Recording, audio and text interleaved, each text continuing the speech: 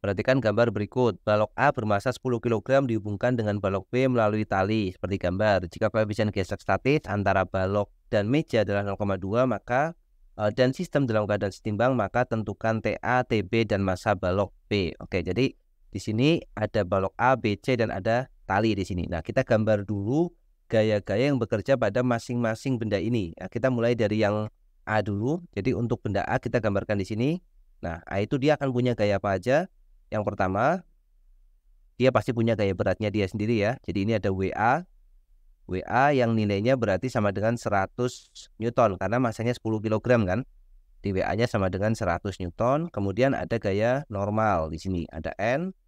Kemudian karena talinya bukan talinya, karena permukaan mejanya kasar, maka pada A itu berlaku atau bekerja juga gaya gesek yang arahnya pasti ke arah kiri karena kemungkinan gerak A itu pasti ke kanan, talinya ke kanan. Jadi ini ada F gesek.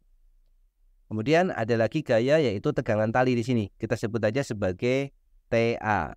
Nah, TA ini nilainya atau arahnya kalau kita lihat dari A itu dia ke kanan ya. Jadi TA itu di sini arahnya ke kanan, tetapi kalau kita lihatnya dari sini dari pertemuan ini TA itu ke arah kiri. Jadi T itu selalu berlawanan kayak gini ya, selalu satu pasang. Ini TA. Kemudian kita lihat yang B. B itu dia punya beratnya sendiri yaitu WB. Kemudian dia ada tegangan tali ke atas, kita beri nama TB. Jadi di sini ada TB. Berarti TB-nya sama. Kalau kita lihat dari atas berarti dia ke bawah TB. Kalau kita lihat dari B berarti dia ke atas TB kayak gitu. WB-nya kita gambar di sini. Ini untuk yang benda B. Sudah, sekarang yang C di sana. Yang C itu dia ada tegangan tali dan tegang juga. Berarti kita punya lagi satu tegangan tali ke arah atas sana, yaitu TC. Nah, jadi komponen gaya-gayanya sudah tergambar semua. Berikutnya, diberikan di soal di sini bahwa sistemnya dalam keadaan setimbang. Artinya sistemnya tidak bergerak.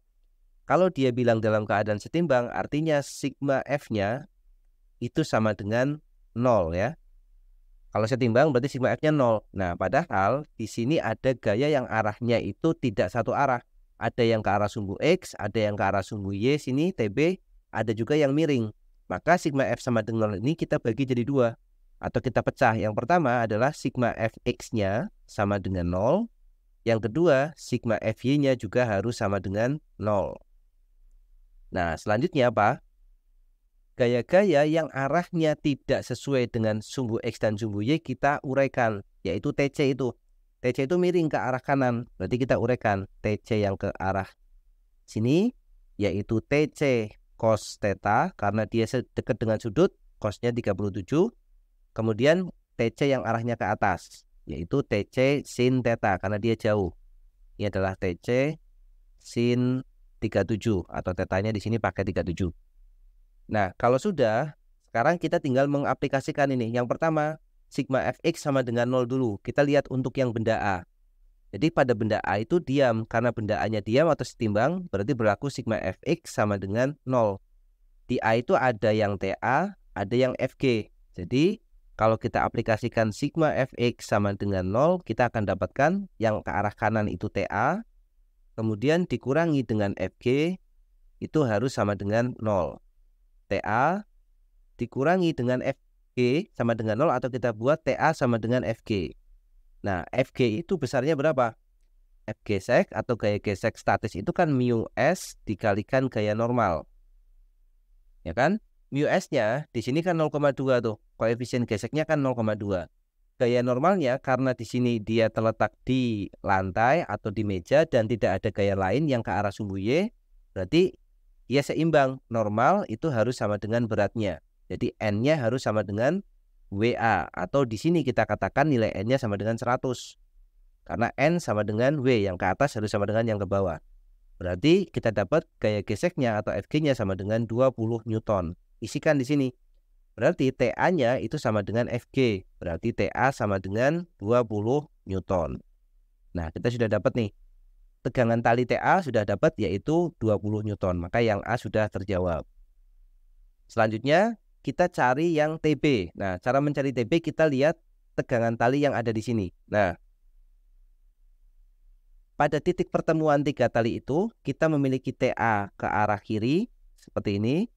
Kemudian ada TC yang ke arah atas, yaitu TC sin 37. Jadi kita punya di sini TC sin 37. Ada juga TC yang ke arah kanan. Jadi TC-nya sudah nggak kita pakai lagi, kita pakai komponennya. TC cos 37. Kemudian ada lagi yang ke arah bawah, yaitu TB ya, yang ke arah bawah itu ada TB. Nah, berikutnya kita akan mencari nilai dari TB-nya. Caranya gimana? Caranya gunakan sigma fx dan sigma fy lagi pada 4 gaya ini. Sigma fx sama dengan 0 karena dia seimbang. Berarti yang ke kanan harus sama dengan yang ke kiri, atau TC cos 37. TC cos 37 itu harus sama dengan TA. Yang ke kanan sama dengan yang ke kiri. TC dikalikan cos 37 itu 4/5. Itu sama dengan TA-nya sudah kita temukan 20. Jadi TC-nya itu sama dengan 20 kali 5 dibagi 4. Atau kita dapat nilai TC-nya sama dengan 100 bagi 4, 25 Newton ya. Jadi kita dapat TC-nya 25 Newton. Padahal kita nggak nyari TC, yang dicari adalah TB. Kita gunakan sigma FY. Sigma FY sama dengan 0. Nah, berarti kita lihat yang ke arah sumbu Y ini ada 2 gaya ini. Yang ke atas adalah TC sin 37. Kemudian dikurangi dengan yang ke bawah. Yang ke bawah adalah TB sama dengan 0, atau TC sin 37-nya harus sama dengan TB. Nah, TC-nya udah kita dapatkan 25. Sin 37 itu kan 3/5. Itu sama dengan TB. Berarti 25-nya bisa dicoret dengan 5. Di sini dapat 5. 5 kali 3 sama dengan 15 ya. Jadi TB-nya sama dengan 15 Newton. Kita jawab untuk yang pertanyaan B. Kemudian pertanyaan yang terakhir yaitu C. Mintanya adalah massa balok B. Kita lihat balok B di sini. Balok B itu juga dalam kondisi yang setimbang, diam. Artinya sigma FY di sini juga harus sama dengan 0. Berarti yang ke atas harus sama dengan yang ke bawah. TB itu harus sama dengan WB. TB itu nilainya 15, sama dengan WB itu adalah massa B dikalikan gravitasi. Gravitasinya pakai 10. Berarti massa B-nya kita dapatkan MB sama dengan 1,5 kg. Nah, ini adalah jawaban untuk yang C.